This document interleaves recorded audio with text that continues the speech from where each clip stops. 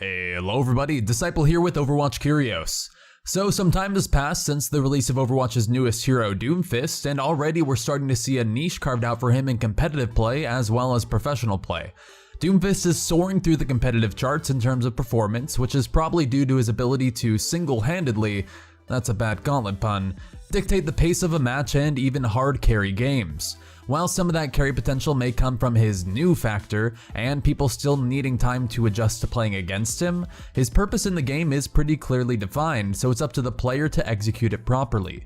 Doomfist is a brawler, pure and simple, with powerful one-shot mechanics and a kit built around diving back lines and staying alive long enough to convert multiple kills off of such aggressive play.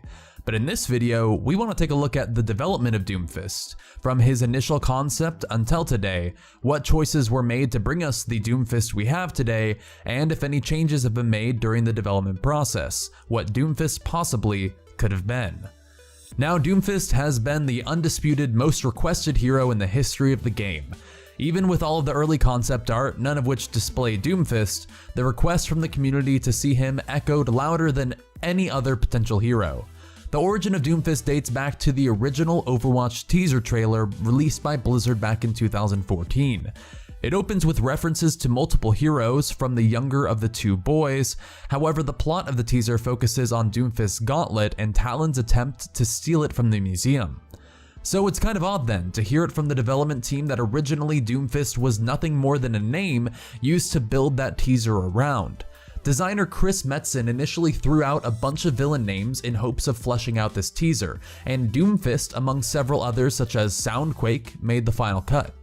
From there, the cinematic evolved to focus on this badass sounding hero with the ability to level skyscrapers with a simple punch. Prototype sketches were created for Doomfist, and Blizzard intended to flesh him out as a hero later on, but he sort of faded from the team's focus early on. Now, as Doomfist's story worked its way into Numbani, the team decided to make Doomfist a generational hero, which was something completely different from the other heroes. Back then, you can even see posters of the previous Doomfists around the city of Numbani. Chris Metzen likened this generational concept to comic book heroes. Some of the earliest concept artwork shows Doomfist in a style that seems heavily influenced by comics themselves. He's wearing a futuristic visor on his eyes, and while the final product of his gauntlet remains pretty similar, his clothing looks completely different. He's wearing tattered looking pants with what appears to be grenades or ammunition strapped on his belt, with a very comic book punk stylized skull belt buckle, as well as spiked leather arm and wristbands on his left side. We also don't see the cybernetic technology on his left arm, meaning that originally he probably wasn't going to have the same sort of ranged basic attack that he has now through his left fist, and maybe have some sort of range damage through those grenades or using that ammunition in some way, although we don't necessarily see a sidearm with which to use it. Now, as development continued on Doomfist, they decided to forego the more rebellious image in the earlier prototypes and explore a more regal theme. Feeling that this would make him seem more powerful, the team slowly landed on the current red and gold scheme that he wears today. Expanding on that idea of power, Blizzard drew a lot of influence for the hero from the 2D fighting games of old. They aimed to create a brawler focused around powerful and impactful punches, with the hero feeling very visceral but still natural to an FPS. The Doomfist that we have today is a very combo-oriented hero. He has multiple ways of chaining his abilities together to secure kills, whether it's diving in with a punch to remove a priority target and then working to the back lines with his mobility, or initiating with an aerial dive into uppercut. Blizzard's goal was to capture that feel of the fighting game genre. Several of Doomfist's sprays are actually direct references to that as well. Now, what's interesting to think about though is how, like Overwatch, fighting games have varying styles of character design. So while the Doomfist we have today is a brawler focused on rushing down targets, what could have happened if other options or archetypes of fighting games came to light instead? Well, in some of early Doomfist test footage from San Diego's Comic-Con, we hear one of the designers make a reference to Doomfist previously having a grab ability. Since he's the guy who punches people, that makes a lot more sense. So when we went back to sort of working on him again, it was like, okay, let's throw it over. He's not going to be grabbing people. As cool as that was, maybe come back to that some other time. He's going to be punching people first and foremost. He goes on later to say that while it was fun, it's an idea that they put away and thought could be used later, as they really felt like a hero named Doomfist should quite obviously be focused on punching. It's also important to note that Overwatch has considered adding a grab before in the character Omniblade, who, if you guys have been watching our videos for a while, know that that was an original character that was broken off into Hanzo and Genji separately, and originally Omniblade had a grab that could one-shot low health characters, which would have been pretty ridiculous. So it seems like something that Blizzard keeps coming back to and keeps turning away from, since in the end, Overwatch is a shooter.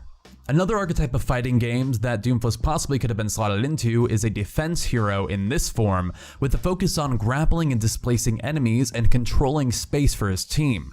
While it could be comparable to Roadhog's hook in terms of its effect in the game, it might be cool to see a hero focused on grappling with combos that focused on throwing enemies up or away. And since Overwatch hasn't received a new defensive hero since launch, it's kind of a bummer that we didn't get to see this concept pan out. Spatial control right now seems to be limited to a handful of heroes, with Junkrat being the only one that currently sees competitive play, with Mei being played a little bit as well. But someone who can potentially grab a tank and throw them away from their team to open up space for their own team to move up or to stop an enemy push, and a mechanic like Doomfist that rewards you for being in the middle of the enemy team constantly fighting could also be really cool to see on a different kind of character in the future as well, in order to enable some more melee type brawlers. Yet another common archetype of fighting games is the projectile zoner, focused on spamming and keeping enemies at a distance. In another concept art, we see a few images of Doomfist firing what looks like a fireball directly from his left hand. In the final of the 3 sketches, we can see a circular shape in the palm of his hand, clearly where the fireball shoots from, but otherwise there's no sign of cybernetics on that arm at all. So it's quite possible that in early stages of development, the team was exploring the fireball as an option for range damage instead of the current fist explosions that we see now. I would really like to see a hero with the power of fire, as burning over time effects could be exceptionally good at stalling teams or harassing and poking enemies who are inside of a choke point without proper initiation to break through, and sending fireballs out of your fists would be pretty badass. Now in some more art, we also see Doomfist's gauntlet swinging with a red trail of energy behind it, with the final frame of the extended punch exploding in a burst of fire. The origin of Doomfist's power went through several iterations, including seemingly techno-magical properties. Even in the teaser cinematic, wherein the older brother strikes Widowmaker with the gauntlet, it releases an explosion of red energy in a similar way that grows and pulses outward. Is the origin of all of Doomfist's power tied directly to the gauntlet then?